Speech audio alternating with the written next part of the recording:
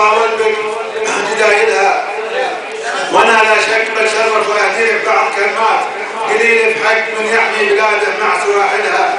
يا ولد عبد الله الويشد رفعت بفعلك الهامات، تشارك دولة التوحيد تقاتل من يقاتلها، تواجه من يبي ينشر بدع وشرور شركيات ودولتنا على التوحيد.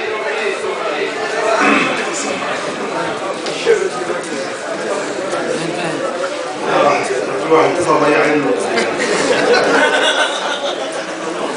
عاوزين احنا في المشكله النسيان جاي خلاص بركه الرجال ان شاء الله.